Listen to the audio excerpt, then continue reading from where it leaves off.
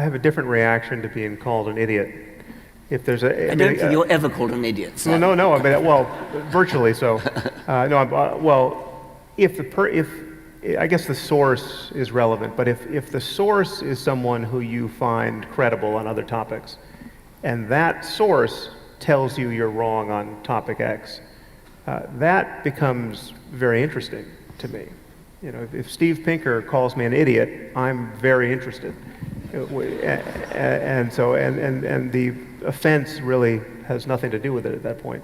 So it's more of a sourcing issue, because the people who tend to call you an idiot are usually disconfirm their authority.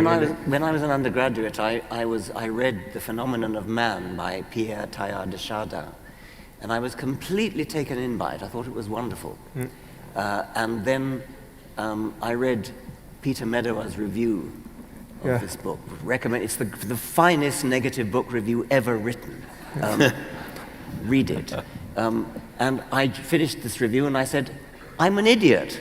I was completely fooled by that moment of awakening. I've talked before, it's not so much being wrong that affects people, because you think you're right. So it's not like anything to feel that you're wrong.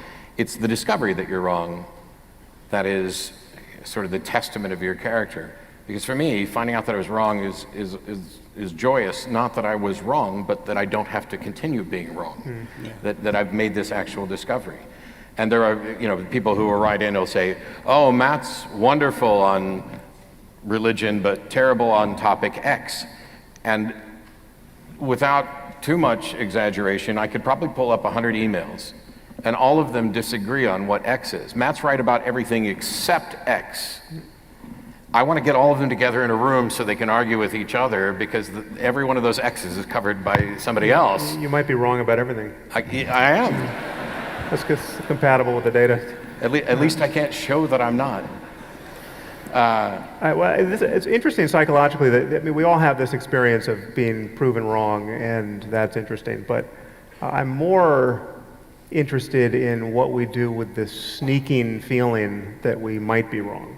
I mean, that's psychologically and culturally, that is a far more well-subscribed state of mind, and it's, I think, very consequential. Because, well, obviously, when you're unequivocally wrong, well, then, I guess some people manage to ignore this, but there's not a lot to do. I think I just lost. Oh, there we are. There we go. But most of us, most of the time, live with opinions that are not so well vetted, and I think it's good to be skeptical of thoughts that come out of your mouth or hit the page, or that you find yourself affirming, which if suddenly a very smart expert in the relevant area stood before you and said, well, have you really thought that through? If you break out into a cold sweat at that point, it's worth sort of calibrating your conviction on those points, I think. I think there's a phrase that I've heard over and over that feeds right into that exact moment. Because theists' arguments, or at least the ones that I deal with on the show frequently, there's almost a script. And my job or my goal most of the time is to get them off the script, because I care more about getting them to think about it rather than parroting what they heard from some apologist. And when you start getting them off the script, it seems to me the most common reaction to that, which may be them mulling over the possibility that they could be wrong, is to just say, oh, that was a trick question. There's a defense mechanism there, as if I'm not even sure what a trick question is. I asked you, okay, please explain what you believe and why. What was tricky about that? And yet this seems to be perhaps a defense mechanism that creeps in at those times.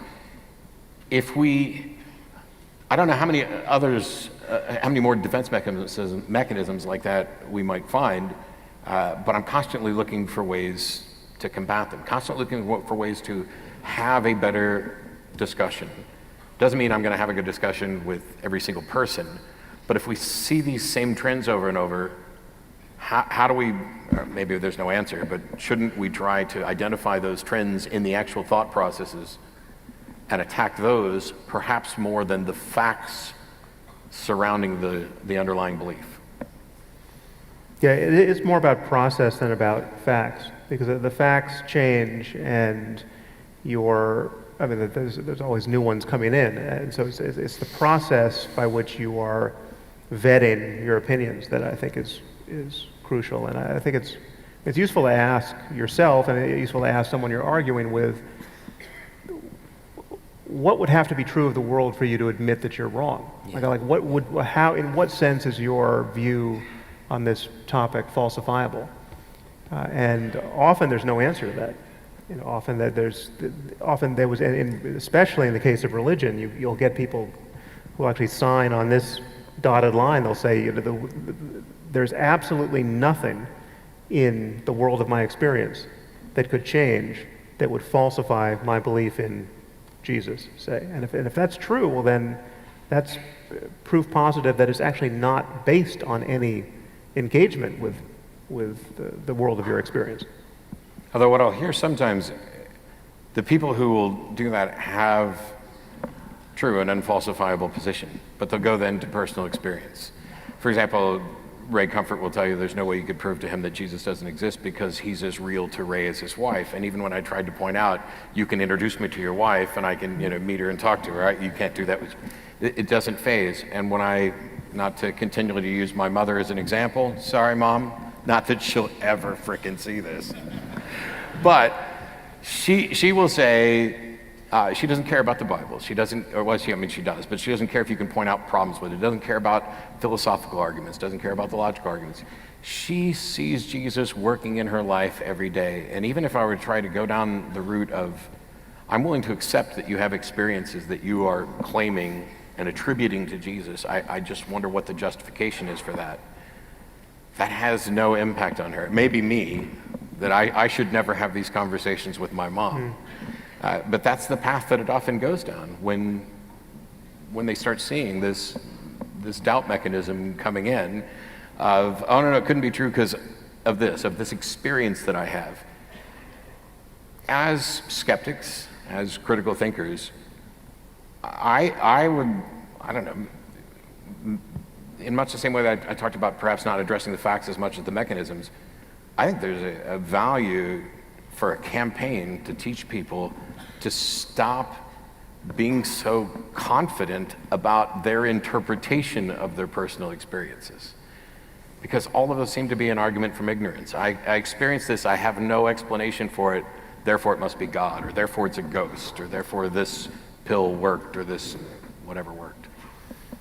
Yeah, well, yeah.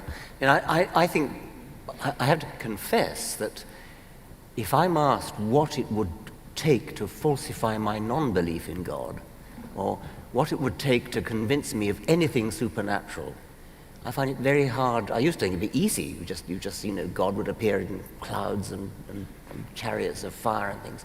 Well, that's a start, isn't it? I used to think that, but I've seen so many good conjuring tricks and where you absolutely swear blind it's supernatural, and yet we know it's a trick. I suppose that if Jesus came down in a chariot from a cloud, that would do it for me, but I want that piece of video excerpted and put on YouTube. I still think, actually, a more plausible explanation than anything supernatural is natural we don't yet understand, and so a trick wrought by an alien civilization that we don't know about yet or something is actually as implausible as it is. It is more plausible than the laws of physics have been violated, which is what we're kind of talking about when we talk about